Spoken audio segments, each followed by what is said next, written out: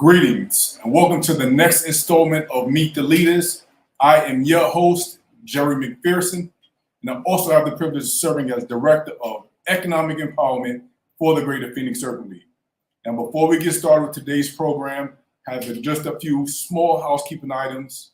Please like, comment, share, let the world know that you're with us. We want to get as many people to this broadcast as possible. Meet the Leaders is our monthly town hall that aims to connect leaders from various sectors, such as business, education, civics, clergy, and our elected officials with members of the Greater Phoenix community, which they serve, to discuss vital topics impacting our lives. This evening is no different. Joining us tonight is none other than Stephen Richard, Maricopa County Recorder. With midterm elections quickly approaching, and coming off a 2020 election cycle where over 3 million ballots were cast and was decided by the presidential vote was decided by roughly 11,000 votes. We know it's never been more important that not only is every vote cast counted, but every registered voter has access to the ballot box. And we'll get started with this conversation in just a few moments with Stephen Richard, who is the elected Maricopa County Recorder responsible for recording public documents, voter registration, and election administration for the 4th largest county and 2nd largest voting jurisdiction in the United States. Again, please like, comment, share, let the world know that you're with us. We want to get as many people to this program to this vital information on this vital topic, with primaries just about 3 weeks away. Without any further ado, I would like to introduce the President and CEO of the Greater Phoenix Urban League, President George Dean. Take it away, George. Thank you, Jerry, and good evening to all of our watchers and listeners and so forth, and thank you. We are very pleased to have this seat for this evening's Meet the Leaders forecast. Stephen Richard, the recorder for Maricopa County, as Jerry said, one of the largest counties in the country, and he's been the recorder now for a couple of years and doing a lot of good things as far as that is concerned. I just want to bring you up to date in terms of the mission of the Greater Phoenix Urban League is to be an agent of change to support minorities and those in need in achieving economic and social equality through programs in economic empowerment, housing, education, civic engagement, and health and wellness. And civic engagement is what this program is really going to be centered on this evening. We've been hearing for the last 2 years now, since the 2020, even before the 2020 election, that election was rigged and the election was stolen, stop the steal, and the big lie, and all kinds of things that we've been hearing. So we thought that as part of our civic engagement that we would bring with you the recorder of the largest county and one of the largest counties in the country, and Steve Richard as our guest this evening to talk about how that office operates and what are the possibilities and so forth, and the impossibilities of being able to steal an election and where you got to go to vote and all of those other good things about voting and so forth. So without any further ado, Jerry, I'll turn it back to you and let's bring on Stephen. Thank you so much, President D, for your leadership and your commitment to not only the Urban League movement over the past 50 years, but leading our affiliate for the past 30. As mentioned, we will have Stephen Richard, Maricopa County Recorder, in just a few moments. But again, please like, comment, share, let the world know that you are with us. I get as many people to this broadcast as possible. Very informative discussion that you have the opportunity to engage in. So at any point in the broadcast, if you have a question, if you have a comment, whether you are tuning in from YouTube or Facebook, please drop it in the comment section. We will have the opportunity to ask the recorder questions towards the tail end of our program. We want to make sure we get the answers to the questions that you have asked us. I want to get all those questions answered. Next, I would like to introduce Stephen Richard. As mentioned, Stephen Richard is the elected Maricopa County Recorder, responsible for recording public documents, voter registration, and election administration for the 4th largest county and 2nd largest voting jurisdiction in the United States. Stephen was named Arizonan of the Year for 2021 by the Arizona Republic and Republican Politician of the Year in 2021 by the Phoenix New Times. Stephen obviously had a busy 2021. Stephen was previously worked as the transactional attorney and the business owner and operator.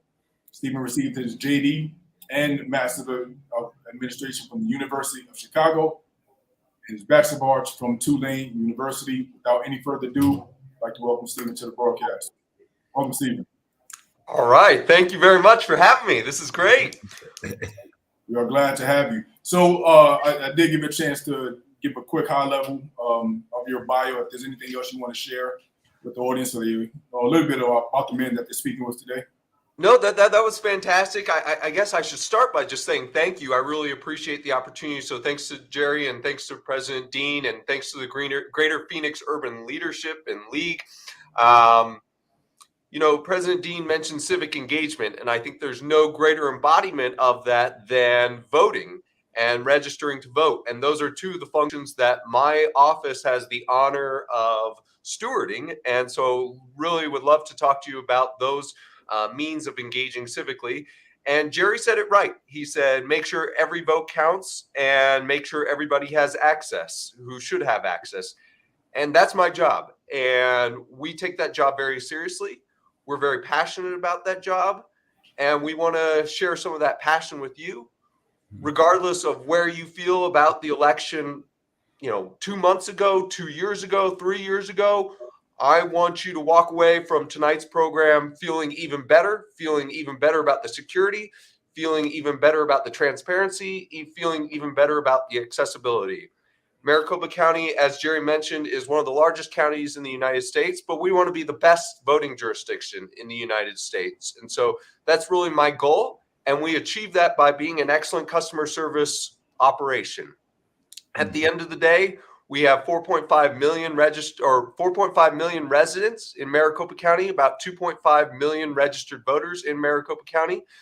If you're one of those people, you're our customer. And so please let me know how we can serve you. We have an election coming up. We have the August 2nd primary coming up, and then we have the November 8th general. Those are both statewide elections. Here in Arizona, we'll be electing important positions such as U.S. Senate, Governor, Secretary of State, Attorney General, Treasurer, U.S. House races, state legislative races. And so it's going to be another exciting election season in Arizona. And of course, if it's exciting for Arizona, then it's exciting for the country, because increasingly Arizona is a state to watch nationally. And I don't think that's going to change anytime soon. So you'll see lots of national news stories regarding the politics of Arizona.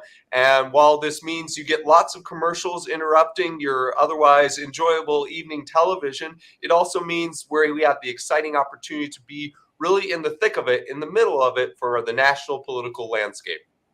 Mm-hmm.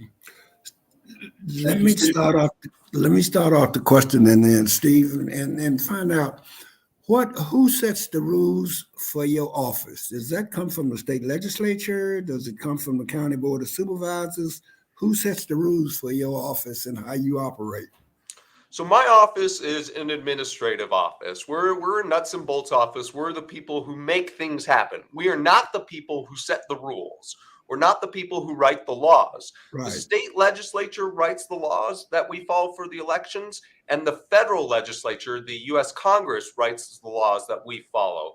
As those are interpreted by the courts, we enact them, but really it's the state legislature that probably has the biggest influence over how elections are run in the state of Arizona. Those laws are translated into actionable items by the Secretary of State, who writes something called the Elections Procedures Manual. And the Elections Procedures Manual is really just a roadmap to taking those state laws and translating them into actionable items. The elections themselves are administered by the 15 counties. So in Arizona, we have 15 counties. Maricopa County, as mentioned, the biggest county, but we partner with our 14 other county recorders and elections departments to try and make it an excellent operation statewide, because we recognize that we're all part of one team and we all want excellent elections for Arizona. Okay. So you do the date and times and so forth, that is set by the legislature, is what I'm hearing you say. That's set by the legislature. So in Arizona, we have a buffet of options to participate in the election process. So if you are a registered voter and you've registered in a timely manner, you can participate in the elections by mail. You can participate in the elections by showing up to an election place early, or you can participate by showing up to an election site on election day, or you can participate by getting your mail ballot and dropping it off. So really, there's a multitude of ways to participate, and I'm here to tell you about some of those today. The overwhelming majority of Arizonans participate in the election process through the early ballot. That means you're getting a ballot in the mail, you're getting it in that yellow envelope, you're taking it out, you're reading the instructions, you're making your marks, then you're putting it back inside a green envelope, you're sealing that green envelope, you're signing that green envelope, and then you're either mailing it back or you're dropping it off at one of our voting locations or at one of our drop boxes. Okay. Now, there have been, I'm sorry, Jerry, go ahead. No, I was just going to ask about the mail-in voting and just the different options to vote. So we know that, particularly due to the pandemic, mail-in voting has just, I guess, seen the boom in popularity, just the convenience and ease and the safety that comes with it. What are some of the ways that folks can learn how to get on the early voting ballot roll and remain on it? Absolutely. So Arizona has had no excuse mail voting since 1991. It used to be that you had to have a reason why you weren't showing up in person. You had to have a medical excuse, or maybe you were on military leave. But since 1991, we have allowed for you just to vote by mail for no reason whatsoever. And since 1991, its popularity has grown and grown and grown. And as Jerry suggested, in 2020, because of the global pandemic, it was especially popular because people didn't want to interact with other humans to the greatest extent possible. So in the November 2020 election, approximately 91% of the ballots that were cast in Maricopa County were cast by early ballot. Again, that green envelope that you either mailed back or you dropped it off. Now, this process is a very secure process that you can follow from the birth of your ballot all the way through the tabulation of your ballot. So we have a website where you can go online, and it's called beballotready.vote, beballotready.vote, and you can log on to your individual voter dashboard. You can see when your ballot is being prepared for you. You can see when it's delivered. You can see when you return it. You can see when we receive it. You can see when we signature verify your packet, and you can see when we ultimately tabulate your ballot. So again, we want to invite you to participate in this process as much as possible and really track it all the way through such that you can have confidence in that ballot process. Now, if you are not on the permanent or the active early voting list, but you would like to vote by mail in this August 2nd primary election, there's still time. If you make a request before June 22nd, if you go to request.maricopa.vote, request.maricopa.vote, you can receive a mail ballot even if you weren't already signed up to receive a mail ballot. And you have, and you can put it, once you fill out your ballot, you can put it in the mail, or are there going to be drop boxes around this time? That's right. There will be drop boxes, and you can also drop it off at any of the voting locations. Now, importantly, if you are going to mail it back, please don't wait until the last minute. Unlike some states, we must have in our possession by 7 p.m. on August 2nd for that ballot to count. Meaning if you put it in the mailbox on August 2nd, we're not going to get it, and it's going to be too late and it won't be able to be counted.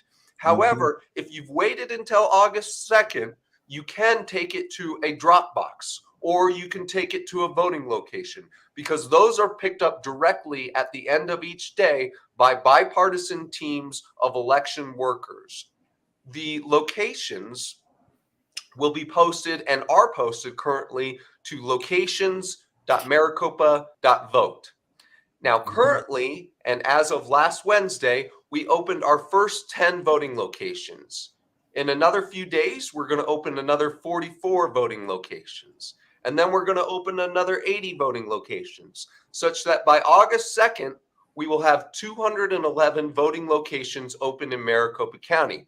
Now, here's the wonderful thing about these is you can go to any single one of them as long as it's in Maricopa County. So if you want to vote in Yavapai County, I can't help you out. But if you're registered in Maricopa County, even if you live in Mesa, you can vote in Glendale. If you work in downtown Phoenix, but you live in Queen Creek, you can vote in downtown Phoenix. So what you will do is if you aren't a mail voter, you'll take your identification, you'll check in at the voting location, it'll pull up via a real-time secure feed to our voter registration database. It'll pull up your profile, it'll make sure that you haven't voted already, and then it'll print the right ballot for you. And so it will know exactly what type of ballot you should get, whether, should you be voting on these city council candidates? Should you be voting on these state legislative candidates, these U.S. House candidates? We'll print that, you'll fill it out, and then you can vote there in person. So, Stephen, with 91% of the people voting early, yet we still see, maybe some late results coming out. Is there a reason, or is there anything precluding from the poll workers from counting those votes prior to election day and/or announcing any preliminary results? Yeah, it's a great question, and I know it's a frustration, and it's a frustration especially here in Arizona where we have these razor-thin margins. As Jerry mentioned at the outset, we had the smallest margin in terms of number of votes of any state in the United States separating President Joe Biden from former President Trump. It was 10,456. And so when you're in a situation like that, you really are waiting for every single vote to be cast. So here's how tabulation will work.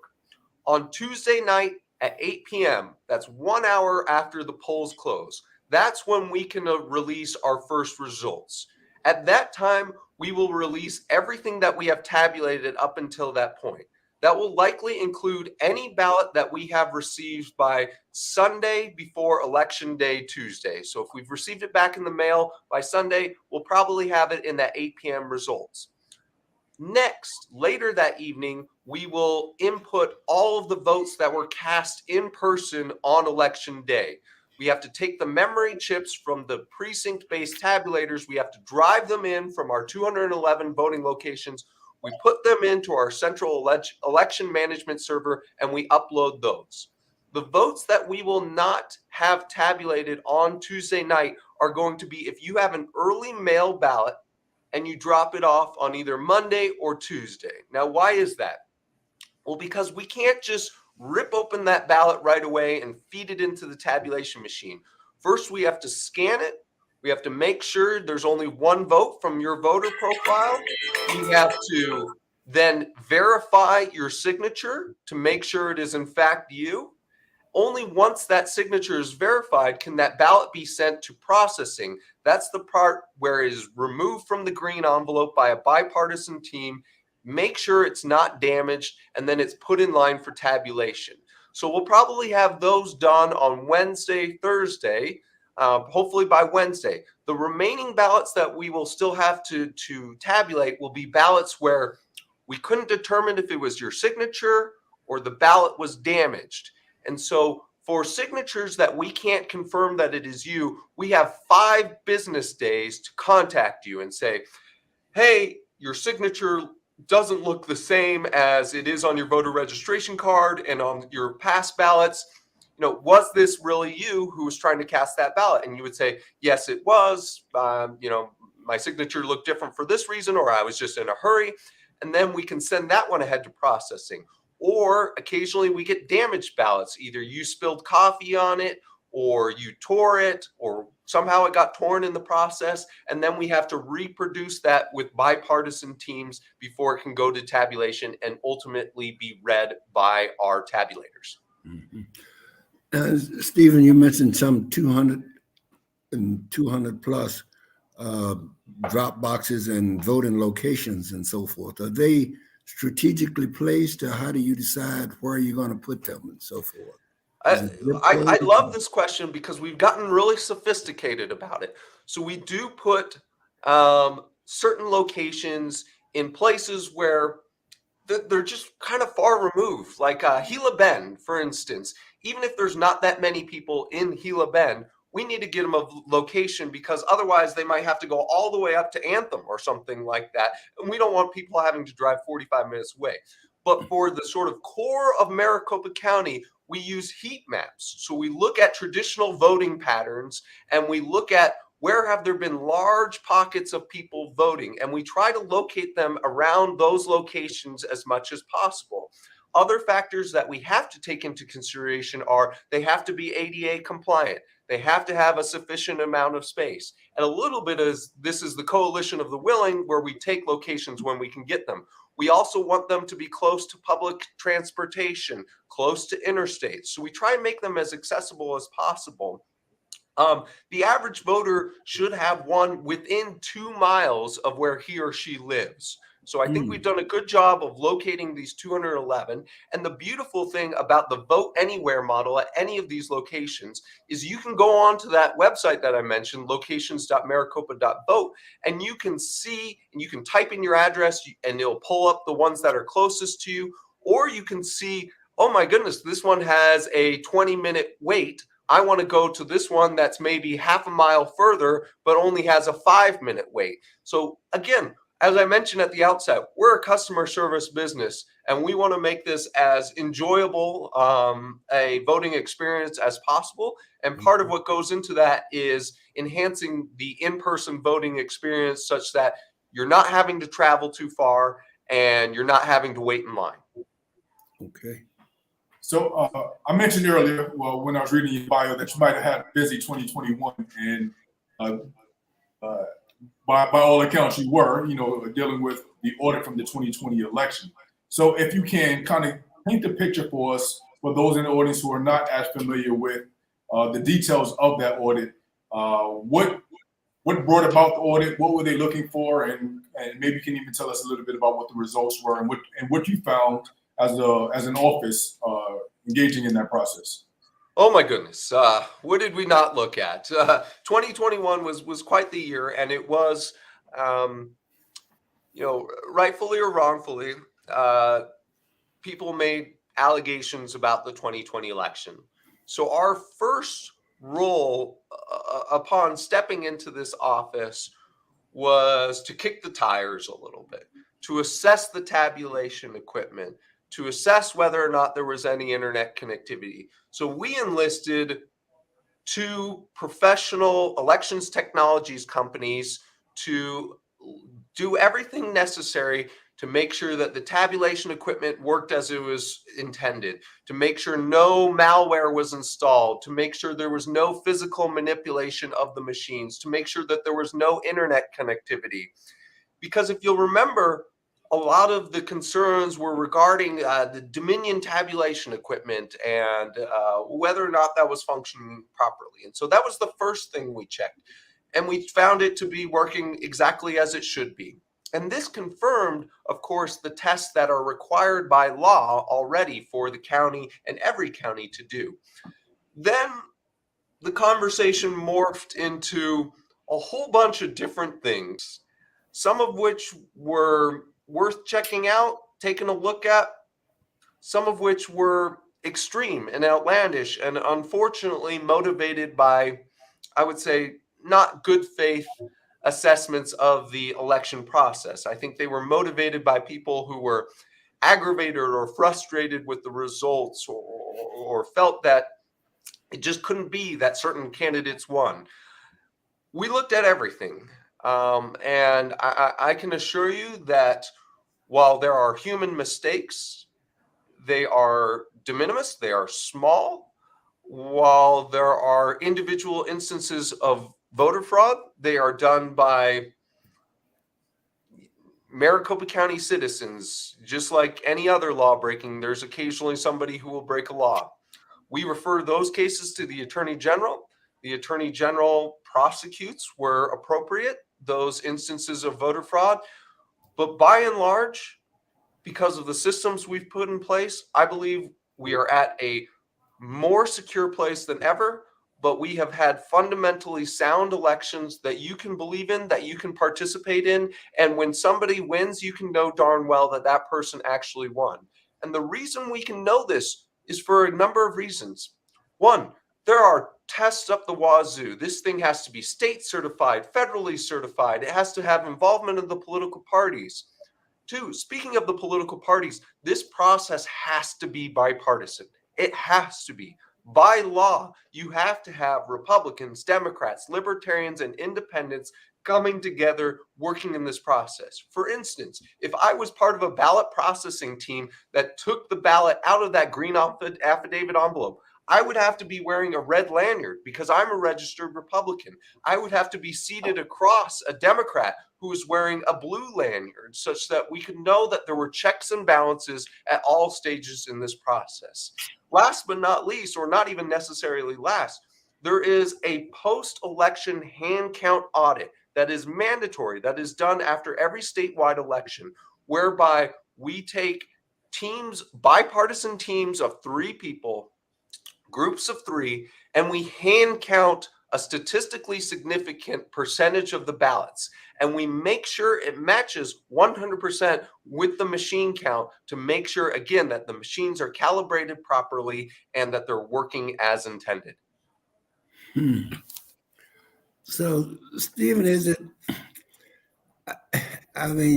possible for someone to steal an election? It would be very challenging, very, very challenging. All the things that you've heard about, Yeah.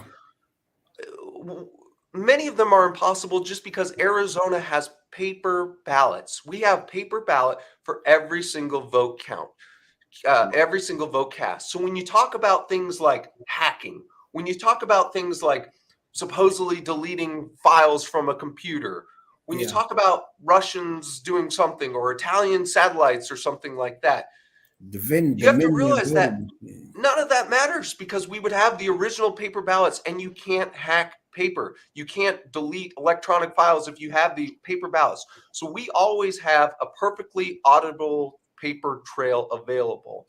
Additionally, there are lots of secure mechanisms. In order to be able to cast a ballot, you have to be a registered voter. When you register to vote, we confirm that with both the MVD, Motor Vehicle Division, and the Social Security Division to make sure that you're a real person. We then send you mail to make sure that you're really existing and did want to register to vote. And then we have all those stages built in to make sure that you're the one that's casting that ballot and that only one ballot is cast.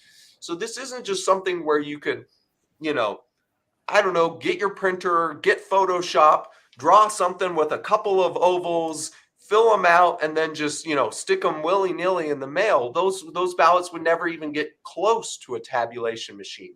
So I guess I would say if you have apprehensions about this process, I'd love to show you. And I can show you in a few different ways. I can show you by just having a one-on-one conversation with any of the listeners of this program. I'd be happy to talk you through anything that you want. 2, I can give you a tour. If the Urban League wants to do a tour of the elections facility, we'd love to facilitate that. We'd love to have you, and we can show you, all of our equipment. Or 3, you can work in the election. And this is the thing I say, if you have doubts about the process, come be part of the process. We're hiring 3,000 temporary workers for the election cycle. That's a lot of people, ranging from everything from driving box trucks to being part of that signature verification team to working at a voting location. And you can really see how it works then, and you can see all the checks and collaboration and bipartisanship that are built into the system. And I'm increasingly proud of the system, and we need more workers, so we'd love to have you and get paid. So, Stephen, I would like to take you up on that offer. I think it would be a fantastic idea if the Greater Phoenix Urban League was somehow able to facilitate a tour of the Oak County facilities. Not only just to kind of get a better trust of the system and the voting process, but also getting better understanding of how things work. And then hopefully that will inspire more of our community members to take part of the process. Maybe even pursue a career in it as well. And as far as helping hire for those job opportunities, that is what I do at the Greater Phoenix Urban League. So definitely would love to help facilitate getting that information out to our community members who can become part of the process. We'd love to do that, and then a lot of those will translate into permanent positions. I think a few of our elections staff like to say that 30 years ago they walked in for an elections as a temporary worker and they just never left. And so it can lead a career in what I find to be an immensely satisfying field. Yes, let's have you over. Let's set it up for either late August or early September, sort of after we've wound down the primary election and before we really go into full speed for the November general election. So we'll communicate afterwards. Definitely. Steve, what is the active early voting list? Yeah. So I mentioned in 1991 is when Arizona said you don't have to have an excuse to vote by mail. But for about 15 years, you had to keep putting in that request. And so you would say, well, I'd like a ballot by mail for this election. And then I'd like a ballot by mail for the next election. And you had to make that request time after time. That request comes to your office? Exactly. But in the mid-2000s, the state legislature said, it seems silly to make people keep having to make this request. Why don't we just create something called the Permanent Early Voter List? And so in 2006, they said, if you are a registered voter, you can sign up for the Permanent Early Voting List. And for any election for which you are eligible to vote, you will automatically be mailed a ballot. Now, in 2019, the Arizona legislature changed that a little bit, and they made it instead the Active Early Voting List. The same rules apply, but if you skip 2 election cycles, then you are removed from the active early voting list. You're still a registered voter, but you are not automatically mailed a ballot. So that did change over the last, well, no, it was 2021, excuse me, not 2019, 2021.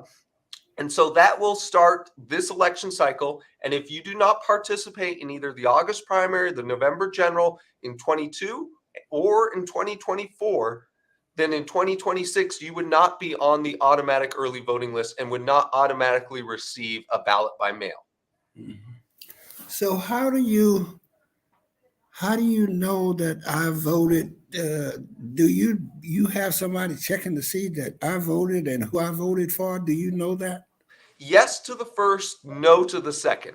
So we know. And in fact, you can go online and you can even check your own portal.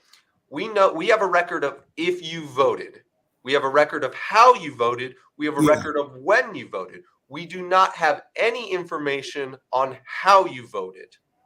So the only thing we can know about you, President Dean, is your political party.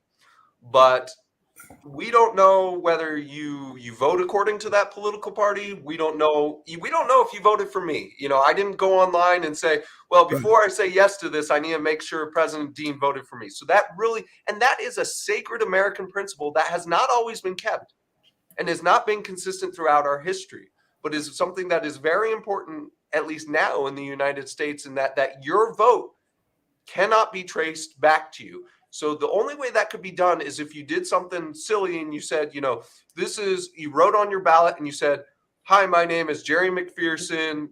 This is my social security number. And this is what. But otherwise, it is an anonymous ballot. So if I could go back to an earlier point, when you said if someone who was on the early voting roll and they missed 2 election cycles, are you specifically referring to a primary and a general election counting as 2 cycles, or is it the entire election process? Those 2 elections in particular, yes, the statewide elections are the ones that you would have to miss. So there are smaller elections throughout the year. For instance, we had in May, we ran the Tempe City Council race. That one wouldn't figure into that permanent early voting, active early voting change. Sure. Okay, so 2 consecutive. Also another point on that. That makes it impossible for me to get a early ballot and put that in the mail, and then on election day, to go to a voting center and vote again. I can't do that, right?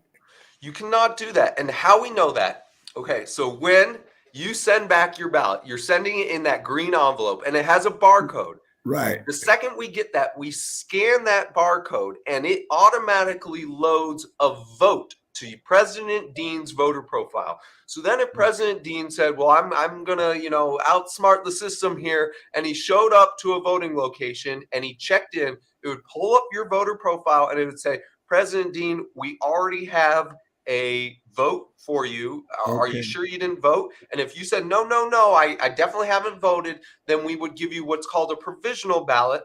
You could fill that out, but we wouldn't tabulate that until we investigated on the back end to make sure that only one vote was tabulated for President Dean. Now, just to follow up on that somewhat, if I mess up my ballot, if I put a mark where I didn't want to put the mark, can I just erase that, or do I get another ballot? How do I make that work? So great question, because here I am waving my pen around and my blue pen. So please use either a blue or black pen of any device. Don't use a pencil. Don't use pencil. So don't erase it. If you mess up, you can do two things. If it is before the 22nd of July, you still have time to tell my office, hey, this ballot, it needs to go. We'll deactivate that ballot and we'll send you a new ballot by mail. Or if you haven't cast that first ballot, you can show up to any of the voting locations. You can get a new ballot printed there and you can vote in person and we'll tabulate that ballot. Okay. So I've definitely spoiled a few ballots in my day. I get it, I fill it out, and then sit on my desk for a couple of weeks, and inherently something, some marks will end up on it. So I've been through that process a bit. But I just wanted to acknowledge that from everything I'm hearing, it sounds like Maricopa County has a very secure election process, and it's slightly disappointing that we were put underneath a spotlight in the way that we were, not only as a county or a state, that it came into such question. And Arizona, it's a beautiful place to live. I love living here, and as a transplant yourself, I take great pride in living in our state. And it's slightly troubling that we were put in the spotlight in the way that we were, and kind of just with our integrity put into question and our ability to properly manage an election. So I want to take the opportunity to thank you for your leadership and your direction into this. I know you stepped into this role after you were part of the 2020 election and came out ahead. So definitely want to acknowledge your work from quite frankly stepping into this mess and kind of leading us through it to hopefully reinstate that trust, not only amongst the voters but the rest of the country, who will continue to look at Arizona as a hotbed for elections. Yeah, I share and echo Jerry's pride in Arizona. I think we have a reputation for being a well-run state in many aspects, and I think that's a reputation we should continue to cultivate, to develop. We're not perfect as a state government, but we're doing a lot of things right, and I think this is one thing that we're doing pretty well, and we want to continue to improve. And I want people to feel like Arizona has a good reputation that way. Regarding questions regarding the election, look, if you have legitimate questions and you have legitimate concerns, I'll talk with you until the cows come home. What disappointed me, Jerry, about some of that is that a lot of the noise was motivated not by legitimate questions, not by an interest in our democratic well-being, not by an interest in making Arizona the best state it possibly could, but by sour grapes or wanting to make noise or wanting to fundraise or wanting to just get angry at people. And stuff like this has real ramifications. And I'm sure the Urban League is no stranger to the power of words. And if you say enough horrible stuff, then unfortunately some people get it into their heads to act on that. And I'll say that one of the most disappointing things since being in this office has been witnessing some of the horrible things that have been said to the rank and file workers of Maricopa County, who by and large are just like you and me, just normal Arizonans doing a job, trying to do a good job, and then going home and rooting for the Suns. So just keep in mind, as I would say with everything, that the humanity of it, that there's a person, even if you're communicating by some stupid social media account, there's a person on the other side of it. So if I may interject really quick, President Dean, and just yield the floor, just speaking to the audience, if you have a question, where we'll be getting to the Q&A in just a few moments. If you have a question, feel free to drop them. We want to get your questions answered, so please ask away. We want to make sure you're engaged in the conversation as well. President Dean? Okay. Stephen, you took office, I guess, January 21, right? Yes, sir. And it's been almost a year and a half now, a little better than a year and a half. Are you making any changes in the process? Are you planning on making any changes to the structure that was there before you got there? Absolutely. The thing that excites me about this office is it's a nuts and bolts operation. And we want to, I'm blessed with at least 4 years here.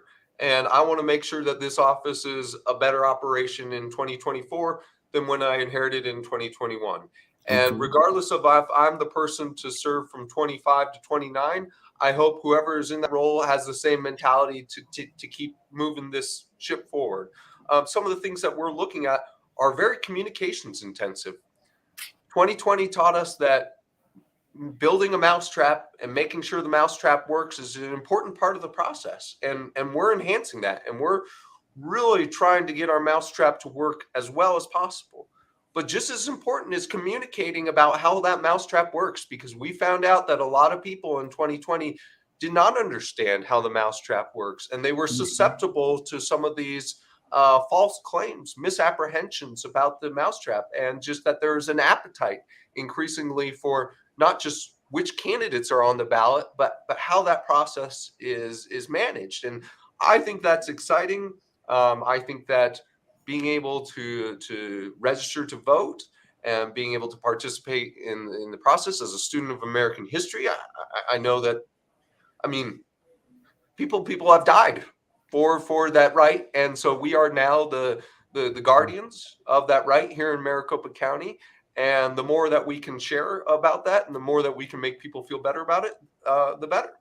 We've taken a lot of security measures, everything from special cages that prevent internet signals from being pinged into certain machines, to better chain of custody forms such that we can tell you exactly where a ballot is at all stages. And if you want to point out any single ballot in our stack, that we could tell you exactly how it traveled to us.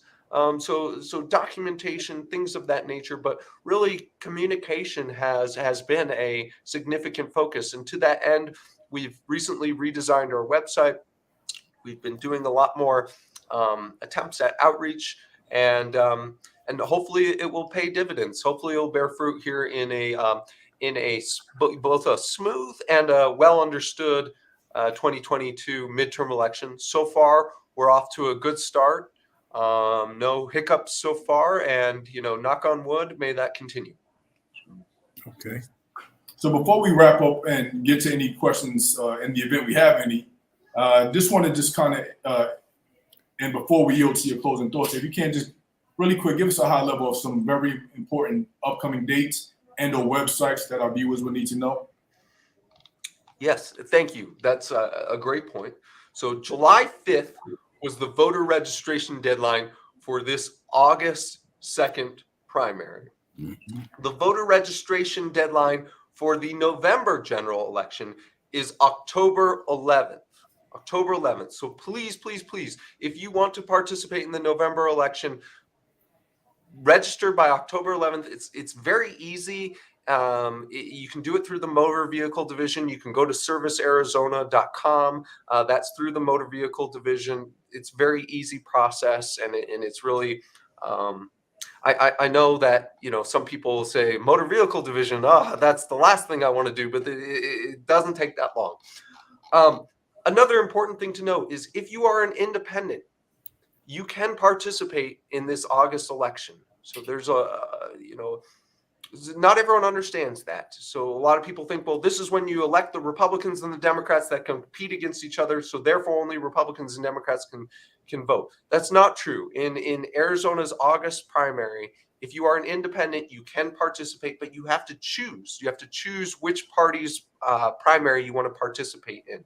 And so you can either do that through the website, or you can go to any voting location. So the best website, I'm going to give you 2 websites to take away with, because I could give you, 17 websites.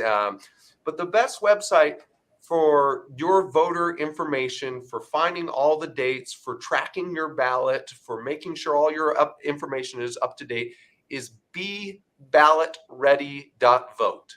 beballotready.vote. That vote. And that you can log into your personal dashboard. The other one that I'm going to give, just because Jerry gave me a bit of an opportunity to plug it here, is getinvolved.maricopa.vote.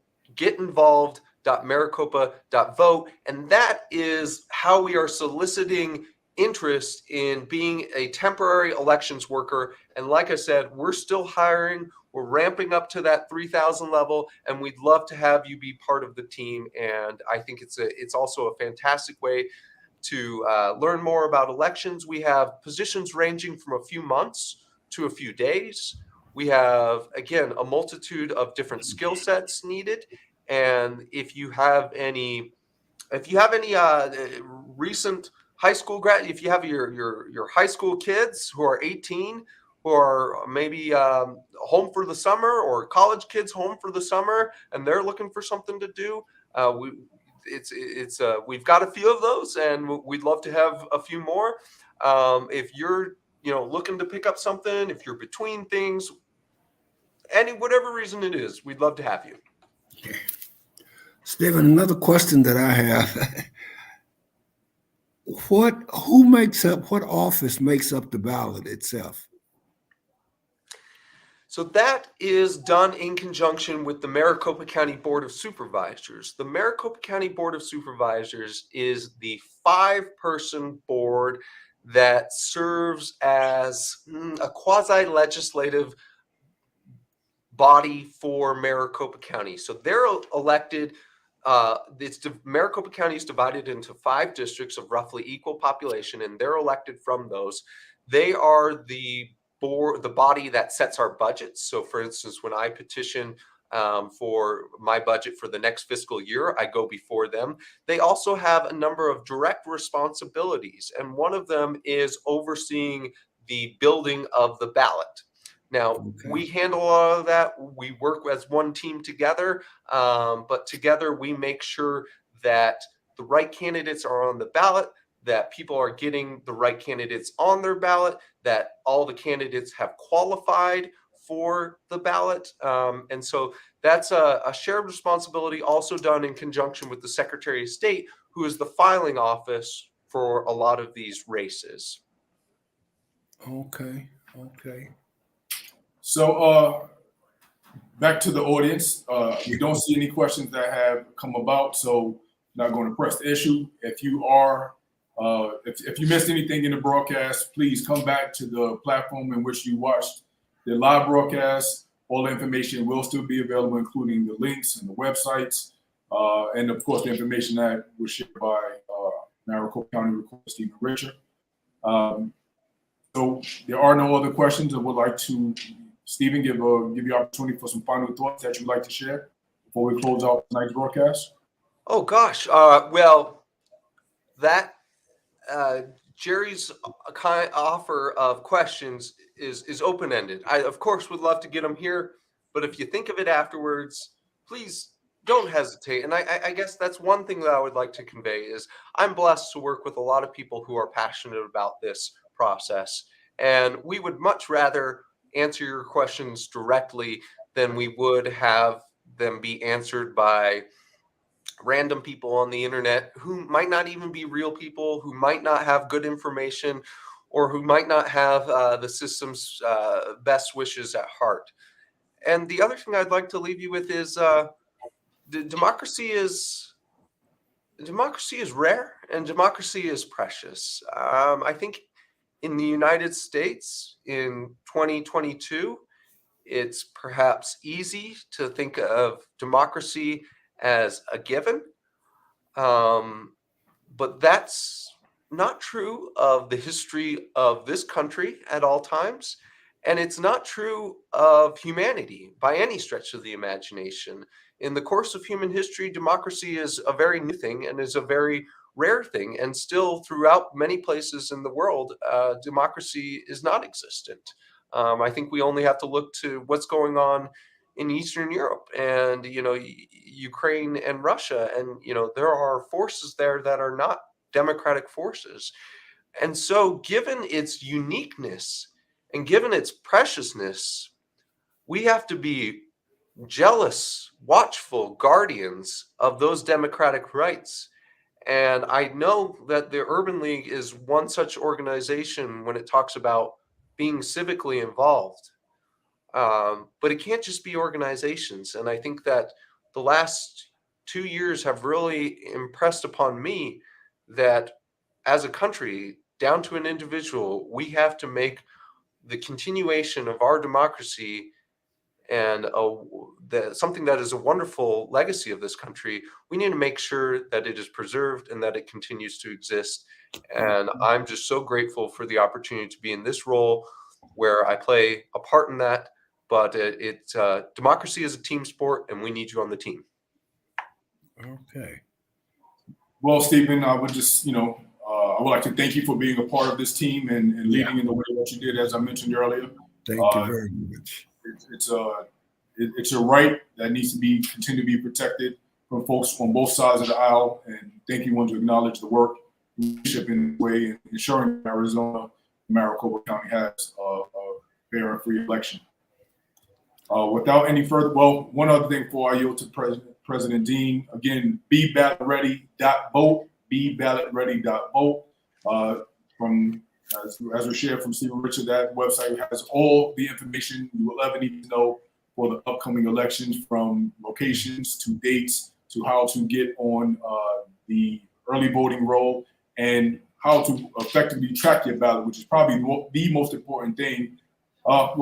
Registering to vote is maybe first important because that's foremost, but the ability to track your ballot, that should give every voter in the county and state the trust in our election process. Without any further, Stephen, once again, thank you so much for your time. Without any further ado, I'd like to reintroduce President George Dean for closing thoughts. Yeah, I just want to echo Jerry's remarks, Stephen. I really thank you for coming on this program and sharing with us the information that you have. It's been very, very informative, and I know that all of our listeners and watchers of this particular program got something out of it. You certainly enlightened me on a lot of things, and I've been around a long time. But just thank you, and we need more. We need more Stephen Richards in our society right now. With all of the things that are going on and how divisive we are as a nation and the polarization that is taking place, it's just, we've got to get back on track. We've got to be on track. We've got to be on track to make us be the kind of place we all want, where there is equality and justice for all. So once again, thank you so much for being a part of this, and we're going to take you up on your offer to come and let us see how the process works and so forth. So with that, once again, thank you much, and keep doing what you do. I like it.